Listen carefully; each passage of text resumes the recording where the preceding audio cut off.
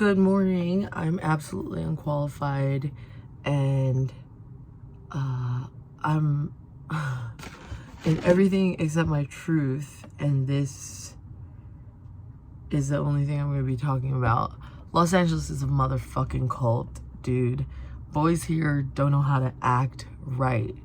Today I'm going to be talking about my experience with my disease and its relation to intimate spaces or just interactions.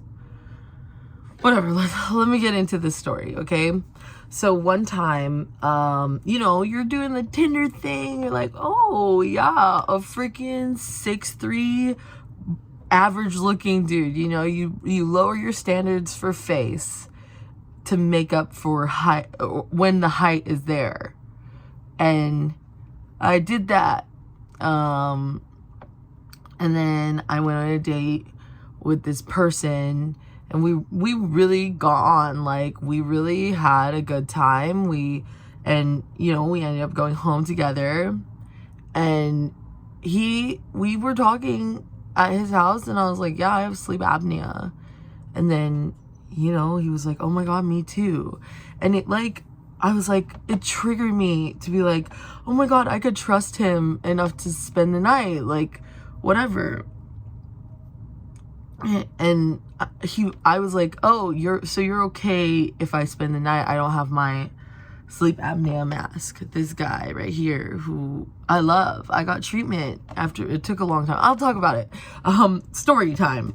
And the dude was 6'3", motherfucker, was like, yeah, like, stay over, like, whatever, because I had my scooter.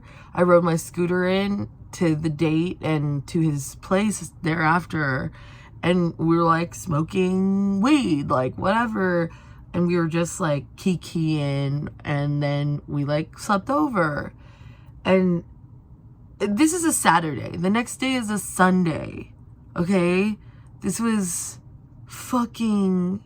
There was nothing this man's had to do the next day. Absolutely nothing. And mind you, we have the same illness, same disease. And at 3 in, he starts shaking me, and he was like, hey, wake up. And I look over, and obviously I'm half asleep, and I'm like, what's up? And he goes, yeah, sorry. So you're breathing? I can't really sleep with it. I can't really sleep with your breathing. And I was like, oh my God, I'm so sorry. I'm gonna leave because I can't control that. I have a fucking sleep impairing disease, sleep apnea, that he also has, that his whole family has, my whole family has it. And so I thought he understood and could fucking handle it if he had a girl sleeping over who had the same shit. But no, instead he fucking chose to, at 3 in, chose his comfort over my safety, and was like, can you go walk on the street alone to your scooter and hop on it and drive home at 3 a.m., please? Because I can't sleep with your breathing like that because of your disease, which I understand fully because I also have it. And I left my favorite earrings I have ever had at this person's place, and I never spoke to them again until COVID. Come on up, Chips, I know. Until COVID, when they reached out and they were like, hey, how's it going? The fucking COVID, the scum of your life coming back to be like, hey, you want to give me another chance? And it was COVID, and I have borderline personality disorder, and I was just like, bro, fuck you for shit. You're a dick. You fucking did this to me. You sent my ass home. And it's a great joke. Honestly, it's a great story because I use it as a joke to mask how fucking painful that was.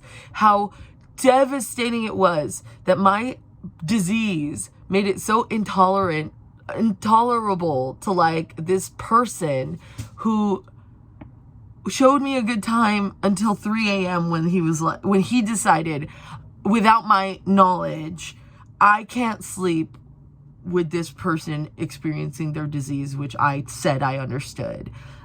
Please leave my house, which you're allowed to do. Oh my God, I have no issues like with that. I was just like, the lack of understanding of like what really was going on was crazy. And he, you know, when I told him, he was like, oh my God, I am so sorry. I never want anyone with sleep apnea to feel that way. I can't believe I did that, you know, because we don't know what we don't know. And I wasn't willing to tell him at 3 a.m. when he was sending my ass home to get onto my scooter and drive myself home. And like, dude, I know I'm guilty of this. Like, I take full responsibility for all the times that I fucking valued my own comfort over the suffering of another person. Like, and that's honestly sometimes what you gotta do to like just survive. I was loose-lipped as fuck with the truth, with my truth, to a friend recently, and I totally disregarded like a struggle that they had in a medical diagnosis, and I feel horrible. And like, yeah, like I'm so sorry. I'm really sorry to anyone who I ever did this to, because that moment made me really be like, I will never trust a man over 6 feet ever again. And I will never trust a man who uses sleep apnea as a reason to connect with me enough to get intimate, like whatever. I have sleep apnea. I have traits of borderline personality disorder, and I'm diagnosed with depression, and I have a high A1C because I love food. I'm 200 pounds. Yes, those are all my medical diagnoses, all medicine trying to read me and tell me what to do. And I know that like when I talk to a doctor about having sleep apnea and struggling with it for as long as I can remember, they're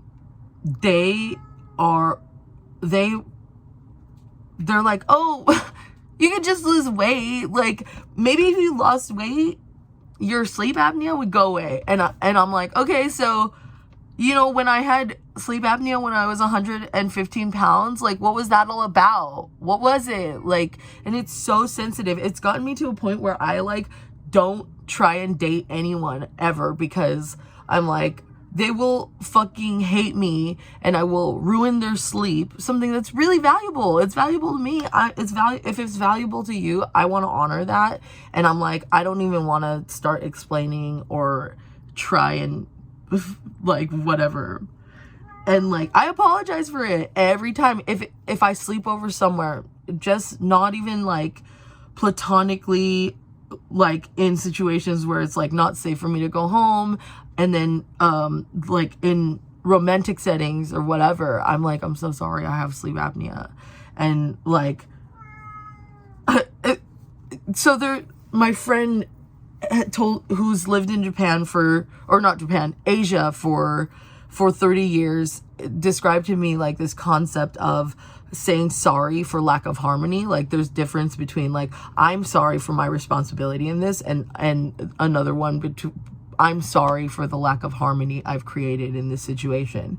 And every time in the morning when I wake up, I'm like just fluttering my eyes. I apologize. I'm like, I am so sorry if you lost any sleep because of my disease, which I genuinely feel. I fucking am so apologetic. And like, you know, and in vulnerable positions, like just waking up, you are so quick to be selfish, because it's human nature. Like, we are created to be selfish, like, because without selfishness we wouldn't like survive, you know. Here, chips. And that's okay. Like, that's such a good way to live, you know. But the selfishness in like very intimate settings can break someone down and callous them and think that like people really at the end of the day do not have empathy, because in these situations, until this morning, I'd never gotten anything except, it's okay. Actually, can you turn around next time? Can you do this for me next time so that I'm more comfortable? And I'm like, yeah, I actually like that. I want to do something for someone that's more comfortable, but I had never gotten empathy before. Never, never, never. I have never had someone, I've never been like, I'm so sorry if my sleep apnea disrupted your sleep. And without being wrapped in, it's okay, or, yeah, it bothered me a bit, but you're fine. You're fine. You're fine. Instead, my friend who let me spend the night because we were up late talking, and then they were like, I don't feel comfortable with you driving, like, stay over. And I, like, apologized deeply. I was like, I'm so sorry for if my sleep apnea was disruptive to the harmony of the house at all. And the first reaction was, oh my God, I'm gonna start crying. The first reaction was nothing except, I'm sorry you have to deal with that. It must be so hard. And I was so shocked. I was like, oh my God, holy shit, what? My initial reaction was, I gotta get out of here. I can't, I don't know. And yes, I'm running out of time. I'll talk more about snuggling maybe later today, because it's something that like I really want to talk about in relation to this. Sleep apnea. The topic today, sleep apnea, not diseases. My inspirations for today are BTS, because they fucking are so sweet and spread the message of self-love, and they snuggle each other without fear of anything.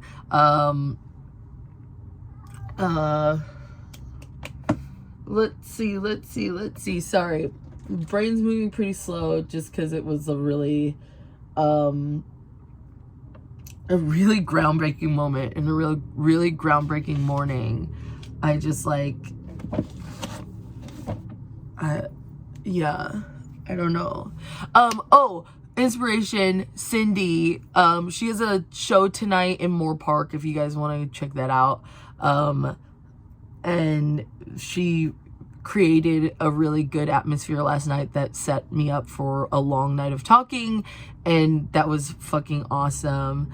And Dr. Sharon Dela Cruz, who's my pulmonologist from UCLA.